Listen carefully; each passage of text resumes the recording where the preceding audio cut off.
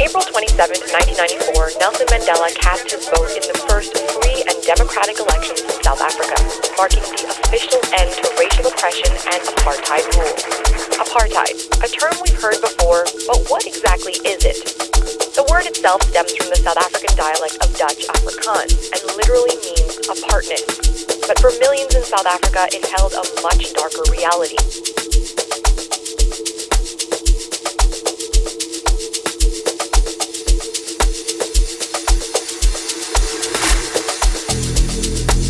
The policy governed South Africa for nearly 50 years, but racial segregation existed long before apartheid even began.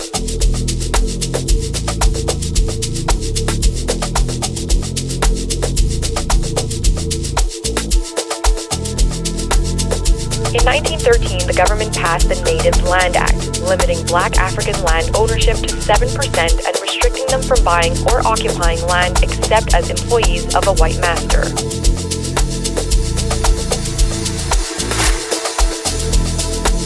More than 3 decades later, the practice of systematic racial segregation was given the name apartheid and was extended under the government led by the National Party. The party's goal was to separate South Africa's white minority from its non-white majority, in addition to separating non-whites from each other. Apartheid really began in 1948, but separating black Africans from the white minority had long been a policy aim. Laws made white people officially superior, and the large black majority faced discrimination in every aspect of their lives. Living, doing business or owning land in white areas was banned. There were separate public facilities, transport and schools. Interracial marriage was banned. Many had no right to citizenship and were regarded as aliens in major cities. Instead, they were made citizens of Bantustan, homelands scattered throughout South Africa. But resistance grew. In 1960, a huge peaceful protest against past laws ended in a massacre in Sharpeville.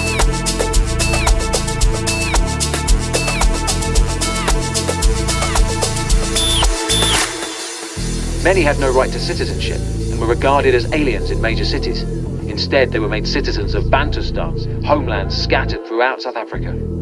But resistance grew. In 1960, a huge peaceful protest against past laws ended in a massacre at Sharpeville. 69 people were killed. The deaths galvanized opposition, radicalizing liberation movements like the ANC.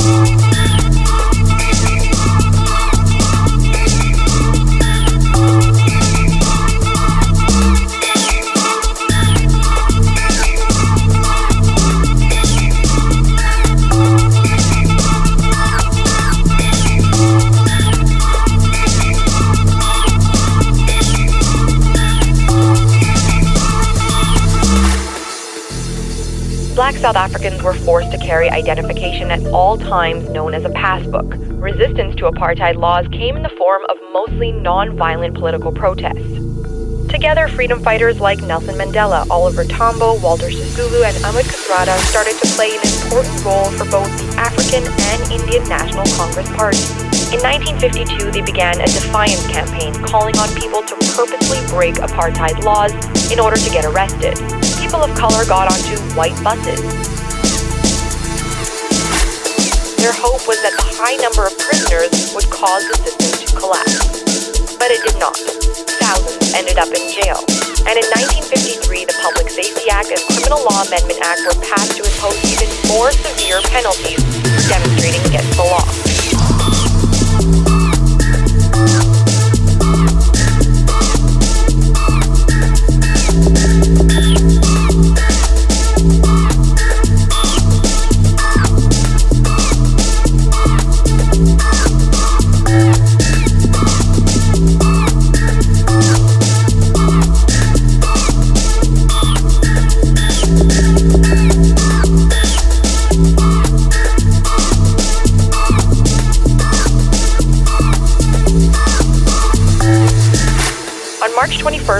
1960, a protest against the use of passbooks turned violent in the black township of Sharpeville when police opened fire on unarmed protesters, leaving nearly 70 dead and 180 wounded, including children. A state of emergency was declared nationwide, and opposition political parties, including the ANC, were banned, forcing many to move their fight underground.